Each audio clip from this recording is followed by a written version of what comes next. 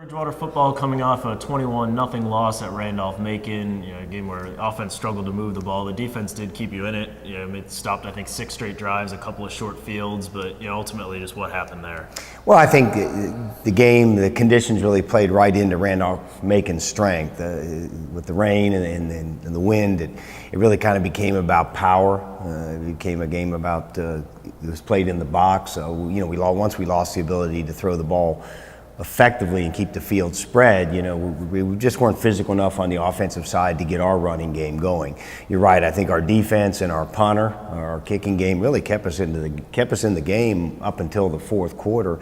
But it was ultimately you have to score points. I thought very early in the game, before the conditions got too off kilter, we had some receivers that got open. One time we had a protection breakdown where the quarterback got hit where he threw and he missed Keith, and one time Alex was open and we missed him, and it was really one of those games where we needed to hit those plays, and that needed to be a 7-7 game at halftime and then hoping for a break. Give credit to both teams under very difficult conditions. There were 2 turnovers.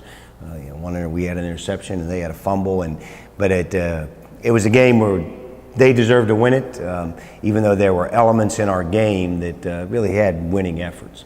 I do remember at one point you called over your quarterback and said Keith's one-on-one, and then went to him like a play or two later and just missed it. And just missed it. But you're playing an undefeated team in their element, and you got to take advantage of every opportunity. And we just didn't do that. And even a little bit down there in the fourth quarter, and I probably mismanaged a couple fourth down situations.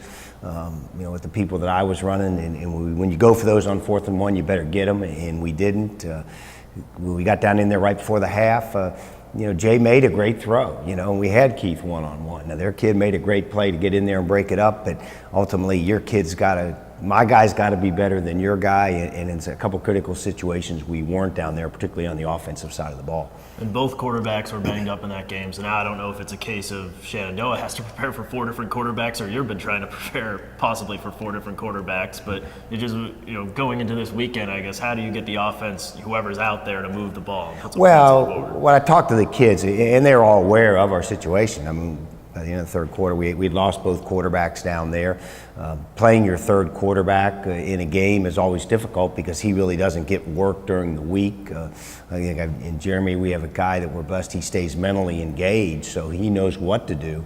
But I think my comment to our players I said, if we get into a situation, you want to help the quarterback position, do your job better.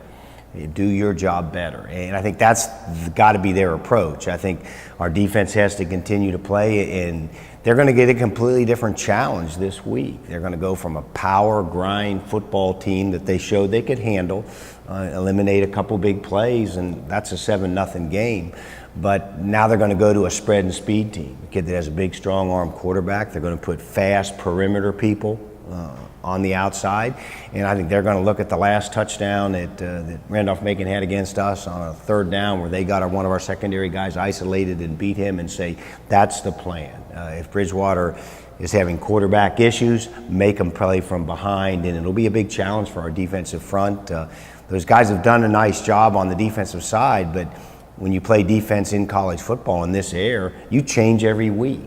What's your philosophy? Who am I playing this week? And we're really going to have to switch gears on that side of the ball too. Yeah, Bosserman leads the ODAC in passing yards and touchdowns. They've been good on 4th down, it seems like, although I've struggled on 3rd down, so maybe that's just a small sample size and doesn't necessarily mean anything. But anything else you can tell us about Shenandoah for this week? Well, I think what really makes Shenandoah good on the offensive side of the ball, and they're going to be in that spread 4 wide receiver attack where they put speed on the perimeter, but Dempsey and another running back, the 2 running backs they put back and stand next to the quarterback are capable of putting the ball in their hands and taking it all the way. And I think that's what gives them the great balance on the offensive side of the ball. I think for our purposes, how do we limit their offense? We make them sit on the sideline.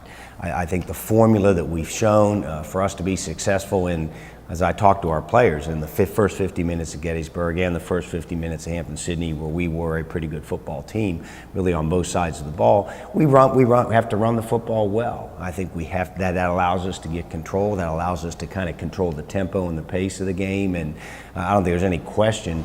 I don't want to get out there and get into a run and shoot contest with these guys. That isn't in our best interest as a team. But hey, we got to play the game as it evolves, and my hope is our ground game and using the Mally Barkers of the world can really get us going. But that being said, which we saw down at Randolph-Macon, when they put 9 guys in the box and they allow you to go one-on-one on the outside when that time comes. These quarterbacks are college quarterbacks for a reason.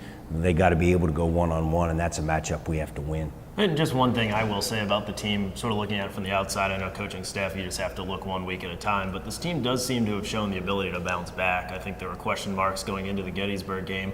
Team played great. The Apprentice loss was disappointing. Team came right back with a great response against Hampton-Sydney. So certainly that would be the hope now that this group has shown that they're resilient. Yeah, I think they're resilient. I think it's a young group, and I think that always young kids, they have a future. Always will have a future to look forward to. I think that's important.